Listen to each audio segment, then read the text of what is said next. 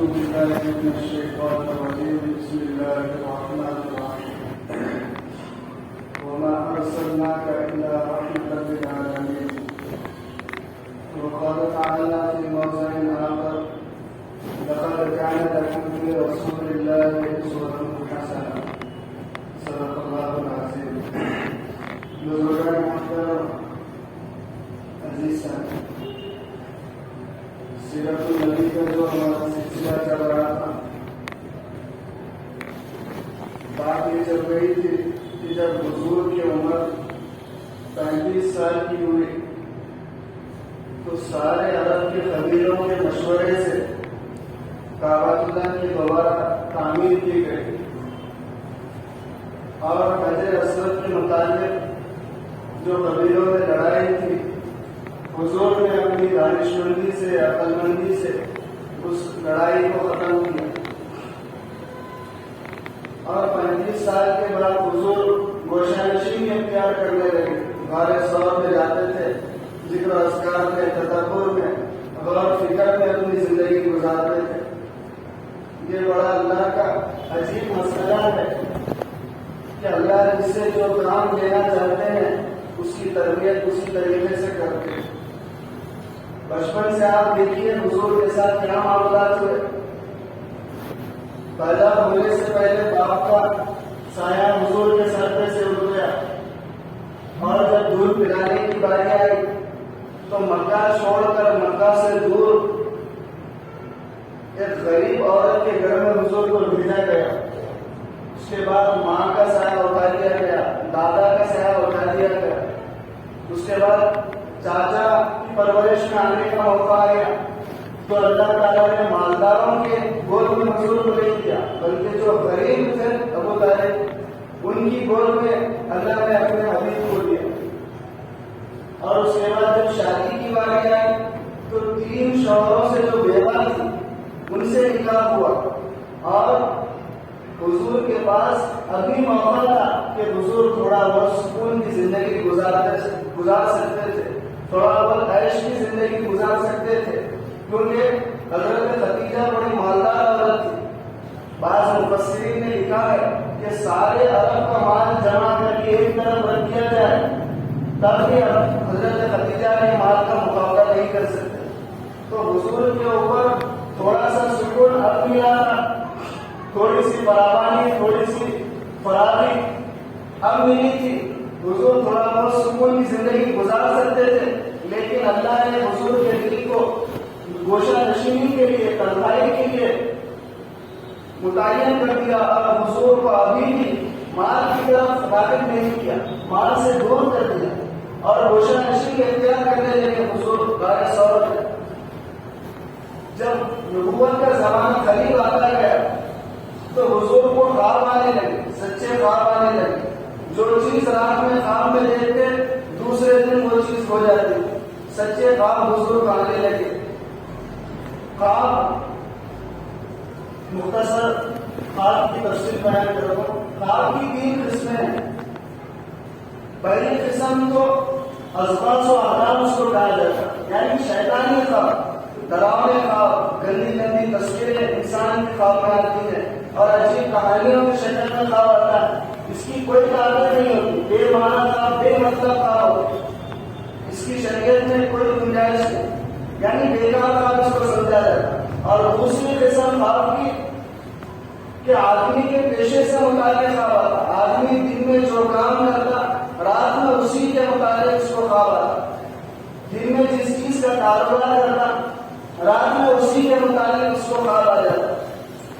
دن میں کسی سے لڑائی ہو گئی، وہی آدمی رات میں بری شکل میں، گندی شکل میں آ جاتا. کسی سے اچھا تعلق ہے تو وہی آدمی اچھا بن کر کے خواب میں آ جاتا. جو دن میں آدمی کرتا رات میں وہی چیز اس کے ساتھ ہو جاتی. یہ پیشے کے متعلق خواب ہے، یہ بھی بے معنی اور بے تعبیر خواب ہے، اس کی کوئی تعبیر نہیں ہوتی. اور تیسری قسم خواب کی قرب صالحہ ہے، یعنی نیک خواب، مبشرات ہوتے ہیں. وہ آئندہ آنے والی زندگی کے متعلق چند خوشخبریاں اس کے اندر ہوتی ہیں. خوشخبریوں کی یعنی اشارہ ہوتا ہے. آئندہ زندگی میں ہونے والی کچھ خوشیاں ملنے کی جانب اشارہ ہوتا ہے، یا پھر آئندہ زندگی میں مصیبتیں بیماریوں کی جانب اشارہ ہوتا ہے. اور خواب ہر کسی سے نہیں بیان کرنا چاہیے. جو آدمی خواب کا علم جانتا ہے اسی کے سامنے اپنا خواب بیان کرے.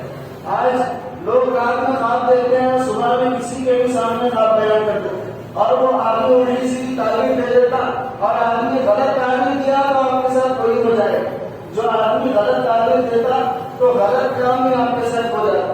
اسی لیے خواب ہر کسی کے سامنے بیان نہ کرے. تو تیسری قسم جو ہے مبشرات ہے، سچے خواب ہے. اگر کسی خوشخبری کی جانب اشارہ ہے تو اللہ سے دعا کرے کہ اللہ تعالیٰ خیر عطا فرمائے.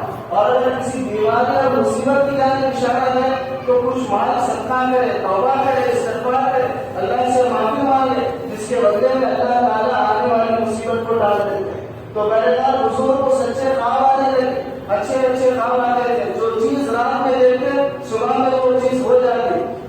6 مہینے تک کے خواب کا سلسلہ حضور کے اوپر چلتا رہا. اور جب حضور کی عمر 40 سال 6 ماہ ہوئی تو پہلی وحی کا نزول اللہ تعالیٰ نے کیا. 40 سال میں نبوت کیوں ہوئی؟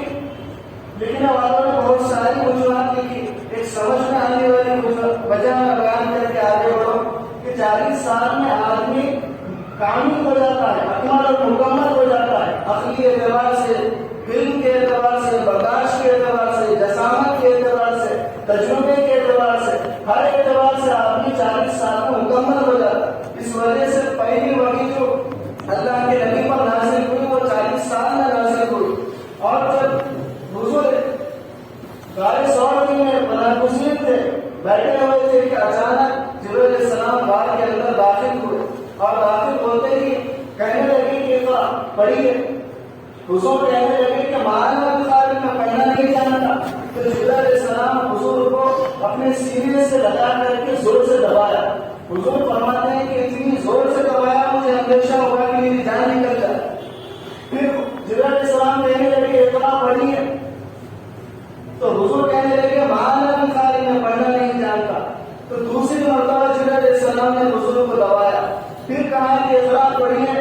حضور کہنے لگے کہ میں نہیں جانتا، معلوم الخالق میں پڑھنا نہیں جانتا. تو تیسری مرتبہ جب جبرائیل علیہ السلام نے دبایا تو پہلی وحی کا نزول ہوا. اللہ تعالیٰ نے سورہ علق کی پہلی 5 آیتوں کو نازل کیا اور فرمایا اقرا بسم ربک الذی خلق خلق الانسان من علق اقرا وربک الاکرم الذی علم بالقلم علم الانسان ما لم یعلم. یہ پہلی وحی نازل ہوئی اور اللہ تعالیٰ نے اس میں کیا حکم فرمایا؟ پڑھنے کا حکم فرمایا. سب سے پہلا جو مسلمانوں سے خطاب کیا اللہ نے پڑھنے کا کیا. اور علم کسے کہتے ہیں؟ اس آیت سے ہم سمجھ سکتے ہیں کہ علم کا اطلاق کس پر ہوتا ہے. اقرا بسم ربک الذی خلق. وہ چیز پڑھو جو تمہیں اللہ تک پہنچا دے، وہ چیز پڑھو جس سے تمہیں اللہ کی معرفت ہو، اللہ کی پہچان ہو، وہ چیز پڑھو جس سے تمہیں اللہ سے ملاقات ہو جائے، اللہ سے تم مل جاؤ، اللہ کو پہچان لو. اور وہ چیز کیا ہے؟ قرآن ہے اور حدیث ہے. یہ 2 چیزیں ہیں جو بندے کو اللہ سے ملاتی ہے اور اللہ تک پہنچاتی ہے. اور حقیقی معنوں میں علم کا اطلاق قرآن اور حدیث پر ہوتا ہے. اس کے علاوہ جتنی بھی چیزیں ہیں وہ سارے فنون کے درجے میں آتی ہیں. یعنی اس کو فن تو کہا جا سکتا ہے لیکن اس پر علم کا اطلاق نہیں کر سکتے. علم حقیقی معنی میں وہی ہے جو بندے کو اللہ سے ملا دے. اور وہ 2 ہی چیزیں ہیں، قرآن ہے اور حدیث ہے. اور افسوس کے ساتھ کہنا پڑتا کہ آج ہمیں ہر چیز پڑھنے کا ٹائم ہے، اخبار پڑھنے کا ٹائم ہے، واٹس ایپ کے لیے ٹائم ہے، ہوٹلوں میں جانے کے لیے، دعوت میں جانے کے لیے ٹائم ہے. ٹائم نہیں ہے تو قرآن پڑھنے کے لیے ٹائم نہیں ہے. اللہ کا کلام کھولنے کے لیے، اللہ کا کلام پڑھنے کے لیے ہمارے پاس ٹائم نہیں ہے. بڑی افسوس کی بات ہے. حضرت عمر فرماتے ہیں ان اللہ یرفع بہذا الکتاب اقواما ویذر به آخرین، کہ جو قوم، جو لوگ اس کتاب کو مضبوطی سے تھام لیتے ہیں، اس پر عمل پیرا ہو جاتے ہیں، اس کی تعلیمات کو اپنی زندگی میں لاتے ہیں، اللہ تعالیٰ ان کو عزت کی بلندیوں پر پہنچاتا ہے. اور جو قوم اس کتاب کو چھوڑ دیتا ہے اور اس کو پسے پوچھ ڈال دیتا ہے، اللہ تعالیٰ اس کو ذلت کی بستیوں میں ڈال دیتے ہیں. آج ہمارے پر جو حالات ہے، جو پریشانیاں ہیں، چاروں طرف سے جو ہمارے دشمن بنے ہوئے لوگ، اس کی سب سے بڑی وجہ یہ ہے کہ ہم قرآن سے دور ہو گئے. قرآن کو ہم نے چھوڑ دیا اور قرآن کے فلسفوں کو ہم نے بازو رکھ دیا اور اپنی عقل سے فیصلے کرنے لگے. تو بہرحال سب سے پہلے جو حکم نازل ہوا اللہ نے پڑھنے کا حکم دیا. میرے بھائی ٹائم نکال کر کے آپ قرآن کو پڑھیے. 15 منٹ ہی صحیح، 2 آیت ہی صحیح ٹائم نکال کر کے آپ قرآن کو پڑھیے. ہمارے پاس کوئی کوشچن آتا ہے، کسی کا خط آتا ہے، ہم اسے پڑھتے ہیں یا نہیں پڑھتے؟ ہمارے اندر خواہش ہوتی ہے کہ کون خط بھیجا ہے، اس کے اندر کیا لکھا ہوا ہے، ایک اندر سے خواہش ہوتی ہے. تو یہ قرآن اللہ کا خط ہے، اللہ نے اپنے نبی کے ذریعے سے بھیجا ہے، اس کے لیے بھی وقت نکالیے اور قرآن پڑھیے. بہرحال تو پہلی جو نازل ہوئی اس میں اللہ کی 5 آیتیں نازل ہوئی، اور اس کے بعد حضور کے اوپر تھوڑی سی حیرت تاری ہو گئی، ایک کبھی تاری ہو گئی. حضور کو جانا آ گیا، حضور جلدی جلدی گھر گئے اور جا کر کہنے لگے اپنی بیوی سے، حضرت خدیجہ سے، زمینوں مجھ پر چادر اڑا دو، مجھ پر چادر اڑا دو. حضور کے اوپر تھوڑی سی گھبراہٹ آ گئی تھی، حضرت خدیجہ نے چادر کو اڑا دیا. پھر تھوڑی دیر کے بعد جب اس کے اثرات ختم ہوئے وہی کے، قرآن بڑا سلیم کلام ہے، بڑا وسیع کلام ہے. اللہ تعالیٰ قرآن میں فرمایا اتنا سنل کے آگے کا قول سبیلا، ہم آپ پر بڑا وسیع کلام نازل کر، بہت بڑا وسیع کلام ہے. تو تھوڑی دیر کے بعد جب وہ کیفیت ختم ہوئی، وہ حالت سے حضور جو ہے نکل گئے، تو اپنی بیوی حضرت خدیجہ سے کہنے لگے کہ مجھے اندیشہ ہے کہ میری جان نکل جائے، مجھے ڈر ہو رہا ہے میری جان نکل جائے. تو حضرت خدیجہ نے حضور کو تسلی دی اور ان کو سمجھایا کہ اللہ تعالیٰ آپ کو ضائع نہیں کرے گا، آپ تو غریبوں کے، یتیموں کے والد ہیں، آپ تو مسکینوں کی مدد کرتے ہیں، آپ سچے انسان ہیں، آپ مہمان نواز ہیں، آپ ہر کسی کی مدد کرتے ہیں، ضرورتوں میں کام آتے ہیں، اللہ آپ کو ضائع نہیں کرے گا. اور حضرت خدیجہ کے چچا بھائی تھے، وقت بن نوفل ان کا نام تھا، تورات اور زبور اور انجیل کے بڑے عالم تھے. ان کے پاس حضور کو لے کر گئے اور جا کر کہنے لگے وقت بن نوفل سے کہ میرے شوہر کے ساتھ ایک عجیب معاملہ ہوا ہے، آپ سنیے اور بتائیے کہ یہ کیا ہے، اس کی حقیقت کیا ہے، کیا ہے اس کا معاملہ ہے. تو حضور نے ساری کیفیت بیان کی، کیا کیا ہوا، کون آئے تھے، جبرائیل علیہ السلام کے بارے میں بتایا. ورقہ بن نوفل جب ساری تفصیل سنے تو سننے کے بعد کہنے لگے کہ اگر آپ جو کہہ رہے ہیں کہ وہ بات سچ ہے تو آپ آخری نبی ہیں، اللہ نے آپ کو آخری نبی بنا کر کے بھیجا ہے، اور وہ فرشتہ ہے جو اللہ کے پیغامات لے کر سارے نبیوں کے پاس آتا تھا، آپ کے پاس بھی وہی فرشتہ آیا ہے، اس کا نام جبرائیل ہے. اور کاش کہ اللہ تعالیٰ میری عمر اتنی لمبی کر دے اور میری عمر میں اضافہ کر دے اور میں آپ کی نبوت کا زمانہ پاؤں، یعنی تو کم سے کم جب آپ کی قوم آپ کو آپ کے شہر سے نکالے گی، اگر میں اس وقت موجود ہوں تو میں آپ کی ضرور مدد کروں گا اور آپ کا ساتھ دوں گا. تو حضور تعجب سے پوچھنے لگے کہ کیا میری قوم مجھے اپنے شہر سے نکال دے گی؟ تو ورقہ بن نوفل کہنے لگے کہ آپ نہیں بلکہ جو بھی آپ سے پہلے نبی بن کر کے آئے اور اللہ کا پیغام لے کر کے آئے، ساروں کی قوم نے ان کے ساتھ یہی معاملہ کیا اور ان کو اپنے شہر سے نکال دیا، آپ کے ساتھ بھی یہی معاملہ ہوگا. یہ سننے کے بعد حضور گھر گئے، جانے کے بعد کچھ دن گزرنے کے بعد حضور کے اندر شوق بڑھتا گیا کہ دوبارہ جبرائیل علیہ السلام آئے، دوبارہ مجھ پر وحی نازل ہو اور مجھ سے بات چیت کرے. شوق بڑھتا گیا، لیکن اتنا لمبا عرصہ گزر گیا کہ وحی کا حصول نہیں ہوا. سب سے لمبا عرصہ پہلی اور دوسری وحی میں تھا، اس کے بعد اتنا لمبا عرصہ کبھی بھی نہیں آیا. حضور بیچے گئے میں بار بار پہاڑوں پر چل جاتے اور انتظار کرتے جبرائیل علیہ السلام کا. کئی مرتبہ پہاڑوں پر چڑھ جاتے اور بے چینی میں پہاڑ سے گرنے لگتے. تو جبرائیل علیہ السلام حضور کو تسلیاں دیتے کہ آپ پریشان مت ہوئیے، آپ اللہ کے آخری نبی ہیں، اللہ آپ کی ضرور مدد کرے گا اور آپ کا ساتھ دے گا، آپ پریشان مت ہوئیے. تو جبرائیل علیہ السلام تسلیاں دیتے تھے. جب حضور کو تسلی دیتے تو حضور کبھی ٹھنڈا ہوگا اور حضور واپس آتے. تو کئی دن گزر گئے وہی نہیں آئی. ایک مرتبہ بارش سے اتر کر حضور واپس آ رہے تھے کہ سلام کیا جبرائیل علیہ السلام نے، حضرت حضور صلی اللہ علیہ وسلم کو سلام کیا. جیسے ہی سلام کیا تو حضور صلی اللہ علیہ وسلم پلٹ کر کے دیکھے، اپنے دائیں بائیں دیکھے، کوئی نظر نہیں آیا. جب پلٹ کر کے دیکھے تو جبرائیل علیہ السلام کو اپنی اصلی حالت میں دیکھا، آسمان سے لے کر زمین تک ایک کرسی پر بیٹھے ہوئے ہیں. جبرائیل علیہ السلام کو اپنی اصلی حالت میں حضور نے دیکھا. دیکھنے کے بعد پھر حضور کے اوپر ایک کیفیت تاری ہوئی، ایک گھبراہٹ، ایک حیرت سے تاری ہو گئی. حضور پھر جلدی گھر گئے، جا کر کے وہی کہنے لگے کہ زمینوں میں اس پر چادر اڑا دو، چادر اڑا دو. جب چادر اڑا دی گئی تو دوسری وحی کا نزول ہوا اور سورہ مدثر کی 5 آیتیں نازل ہوئی. اللہ نے کہا یا ایھا المدثر، اللہ تعالیٰ اپنے نبی سے یاد کرتے ہیں، کیا کرتے ہیں؟ جیسے آپ ہم بچوں سے محبت کرتے ہیں تو کیا کرتے ہیں؟ چھوٹو کو لڈو الگ الگ ناموں سے پکارتے ہیں، میرا لال، میرا بیٹا.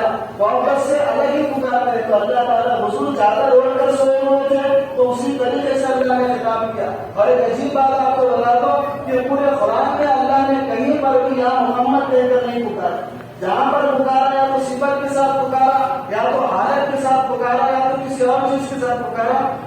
حضور کو نام سے پورے قرآن میں ایک مرتبہ بھی اللہ نے نہیں پکارا. حالانکہ دوسرے انبیاء کو پکارا, یا ابراہیم, یا الیاس, یا زکریا, یا یحییٰ, دوسرے انبیاء کو نام سے پکارا. لیکن جب حضور کی بات آئی تو یا ایھا الرسول, یا ایھا النبی, یا ایھا المدثر, یا ایھا المزمل, الگ الگ چیزوں سے پکارا. تو حضور چادر اوڑھ کر سوئے ہوئے تھے تو اللہ نے اسی طریقے سے خطاب کیا, یا ایھا المدثر, اے چادر اوڑھ کر سونے والے, تم فانذر, کھڑے ہو جائیے, لوگوں کو ڈرائیے. اللہ تعالیٰ حضور کے اوپر ذمہ داری ڈال رہے ہیں. آپ حضور کو حکم دے رہے ہیں کہ اپنا دعوت کا کام شروع کرو اور لوگوں میں اپنی تبلیغ کرو اور اللہ کی طرف لوگوں کو بلاؤ اور اپنی نبوت کی طرف لوگوں کو بلاؤ. اور ربنا فکبر, اپنے پروردگار کی بڑائی کو, کبریائی کو بیان کرو لوگوں کے سامنے. وہ سیاہ کا پتہ ہے اور اپنے کپڑوں کو صاف رکھو گندگی سے. خاص طور سے بتوں کی گندگی سے, شرک سے اپنے آپ کو پاک رکھو. جب یہ آیت نازل ہوئی تو حضور جو ہے اپنا کام کرنا شروع کرے اور 3 سال تک حضور نے خفیہ طور پر کام کیا. یعنی ایک ایک فرد سے مل کر کے دعوت دیتے. حضور شروع میں اکیلے تھے, اگر اعلانیہ طور پر دعوت دیتے تو سارے لوگ حضور کے خلاف آ جاتے اور حضور کو مارنے لگ جاتے. اس لیے حضور نے شروع کے 3 سال خفیہ طور پر دعوت دی, ایک ایک فرد سے مل کر دعوت دی. سب سے پہلے تو اپنی بیوی کو دعوت دیا, حضرت خدیجہ اسلام میں داخل ہو گئے. اس کے بعد حضرت ابوبکر صدیق کو دعوت دیا. حضرت ابوبکر صدیق بڑے تاجر تھے, ان کے لوگ بڑے بڑے لوگوں سے اٹھنا بیٹھنا تھا, ملنا تھا. حضرت ابوبکر صدیق کو دعوت دیا تو فوراً حضور کی دعوت کو قبول کر لیا اور اسلام میں داخل ہوئے. حضرت علی داخل ہوئے, زید بن حارثہ داخل ہوئے. یہ شروع میں چند لوگ اسلام میں داخل ہوئے. اس کے بعد جو لوگ اسلام میں داخل ہوئے اس میں سب سے بڑا نام حضرت ابوبکر صدیق کا تھا, کیونکہ ان کے تعلقات تھے, تاجر تھے, بڑے بڑے لوگوں سے اٹھنا بیٹھنا تھا. تو بڑے بڑے لوگوں نے دعوت دیے جا کر حضرت ابوبکر صدیق بڑے بڑے مالداروں کی دعوت پر اسلام میں داخل ہوئے. حضرت عثمان غنی, عبدالرحمان کی نام زبیر, بڑے بڑے لوگ اسلام میں داخل ہوئے. اور چند لوگوں کو خواب کے ذریعے سے اللہ نے اشارہ دیا. وہ خواب جو ہے حضور کی نبوت کو ماننے کی طرف اشارہ کر رہا تھا. وہ لوگ آ کر اسلام میں داخل ہوئے. پہلے 3 سال میں 40 سے 50 لوگوں کی جماعت تیار ہوئی اور فردن حضور نے دعوت دی. فردن دعوت دینے کے باوجود بھی پورے مکہ میں حضور کی دعوت پہنچ چکی تھی. اور انہیں 3 سالوں میں حضور کو جبرائیل علیہ السلام نے وضو کا طریقہ سکھایا اور نماز کا طریقہ سکھایا. شروع میں 2 نمازیں تھی, ایک تو صبح کے وقت میں 2 رکعت تھی اور رات کے ٹائم میں عصر کے وقت میں 2 رکعتیں تھی. دوسری نمازیں نہیں تھی. شروع میں صرف 2 رکعت صبح میں اور 2 رکعت عصر کے وقت میں تھی. جبرائیل علیہ السلام حضور کے پاس آئے اور ان کے سامنے وضو کیا. اور حضور نے جب دیکھا وضو کرتے ہوئے تو حضور سیکھ گئے اور وضو خود کرنے لگے. جبرائیل علیہ السلام نے نماز پڑھی تو حضور دیکھے تو اسی طریقے سے نماز پڑھنے لگے. یہ 3 سالوں میں جبرائیل علیہ السلام نے وضو اور نماز حضور کو سکھایا. حضور نے فرمایا وضو جب بندہ وضو کرتا ہے تو اس کے اعضاء سے گناہ چھڑ کر کے نیچے گر جاتے ہیں. اور ایک حدیث میں حضور نے فرمایا کہ بندہ نماز کے ارادے سے کیسے نکلے اور اچھی طریقے سے وضو کرے اور خشوع اور خضوع کے ساتھ نماز پڑھے اور اللہ کی طرف دھیان رکھتے ہوئے اخلاص کے ساتھ نماز پڑھے. تو جب بندہ سلام دیتا ہے تو اللہ تعالیٰ اس کے سارے گناہوں کو معاف کر دیتے ہیں, اس کو ایسا بنا دیتے ہیں جیسا کہ وہ آج ہی ماں کے پیٹ سے نکل گیا.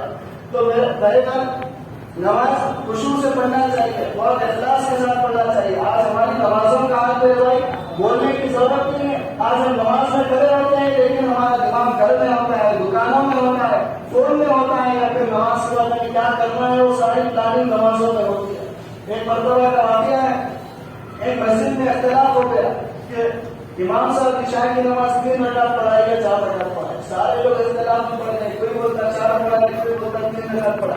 ایک آدمی اٹھ کر کے بولا کہ بھائی امام صاحب 3 رکعت پڑھائے تو پکا بول سکتے ہو. تو لوگ اس سے پوچھے کہ بھائی تم کیسا بول سکتے یقین کے ساتھ کہ امام صاحب 3 رکعت پڑھائے؟ تو بولنے لگا کہ میری 4 دکانیں ہیں, اب تک 3 دکانوں کا حساب ہوا ہے, 1 دکان کا حساب باقی ہے, لہٰذا امام صاحب 3 رکعت نماز پڑھا. تو یہ ہماری نمازوں کا حال ہے میرے بھائی. نماز کو آ رہے ہیں تو بالکل فریش ہو کر کے آئے, 10 منٹ اللہ کے لیے نکال کر کے آئے. وضو اچھی طریقے سے کرے، اللہ کے سامنے کھڑے ہو کر کے اللہ کی طرف دھیان رکھ کر کے اخلاص کے ساتھ نماز پڑھے۔ جب بندہ نماز میں کھڑا ہوتا ہے اور دنیا کی طرف اس کا ذہن جاتا ہے تو حضور نے فرمایا کہ فرشتہ اس کی نماز کو کالے کپڑے میں لپیٹ کر کے اس کے چہرے پہ مار دیتا ہے کہ تمہاری نمازوں کی ہمیں ضرورت نہیں ہے، نماز تم پڑھ رہے تھے تو تمہارا فائدہ ہے، اس میں اللہ کی کوئی بڑائی نہیں۔ تو میں جب دوسری وحی نازل ہوئے تو حضور دعوت کا کام شروع کرے، دعوت کرنے لگے، اور چند 3 سالوں تک حضور نے خفیہ طور پر دعوت کی، اور اس کے بعد سورہ شعراء کی آیت نازل ہوئی وَأَنذِرْ عَشِيرَتَكَ الْأَقْرَبِينَ، آپ اپنے قریبی رشتے داروں کو ڈرائیے، اپنے قریبی رشتے داروں کو دعوت دیجیے، اور اعلانیہ طور پر آپ دعوت دیجیے اور کھلا دعوت دیجیے۔ تو حضور کو جب اعلانیہ طور پر دعوت دینے کا حکم ہوا تو حضور نے حضرت علی سے فرمایا کہ سارے رشتے داروں کی دعوت کرو اور سارے لوگوں کو کھانے پر بلاؤ۔ حضرت علی نے سارے لوگوں کو کھانے پر بلایا، ساروں کی دعوت کی، جو ان کے رشتے دار تھے، چاچا تھے وغیرہ، جو خونی رشتہ تھا، سارے لوگوں کو جمع کیا کرنے کے بعد کھانا ہونے کے بعد حضور نے فرمایا کہ لوگوں تم جس طریقے سے سوتے ہو ایک دن آئے گا کہ تم قبر میں سو جاؤ گے، اور جس طریقے سے تم صبح میں اٹھتے ہو کہ قیامت میں اللہ تعالیٰ تم کو اسی طریقے سے اٹھائے گا۔ اور اللہ تعالیٰ نے جنت بھی بنایا ہے، جہنم بھی بنایا ہے، جو اللہ کی مان کر چلے گا اللہ اس کو جنت میں داخل کریں گے، جو اللہ کی نافرمانی کرے گا اللہ اس کو جہنم میں داخل کریں گے۔